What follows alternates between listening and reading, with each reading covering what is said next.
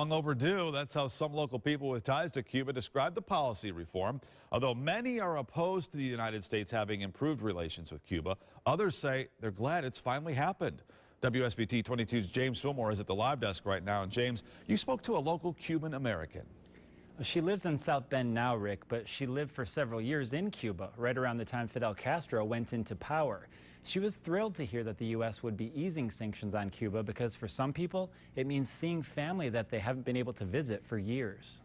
Liz Connor was born in Mexico. Her mother was from Havana. Connor's family moved to Cuba and lived there for about 6 years before coming to America when she was 16. I was just so happy. When I heard the news, all my friends and my family, this has been like a party. Everybody's calling.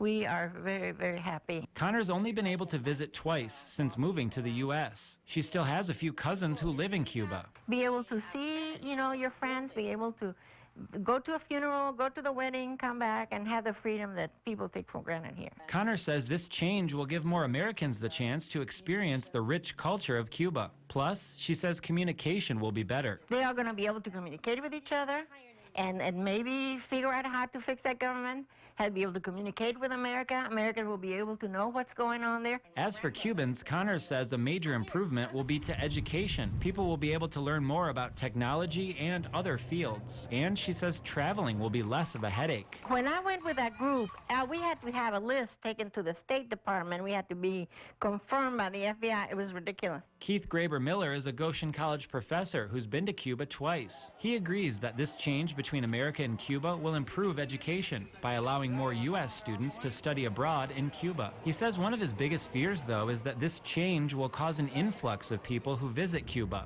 and in turn cause the country to lose some of its charm. Graber Miller says in light of this recent change, he and his family would consider visiting Cuba because he would really love to go back. At the live desk, James Fillmore, WSBT 22 News.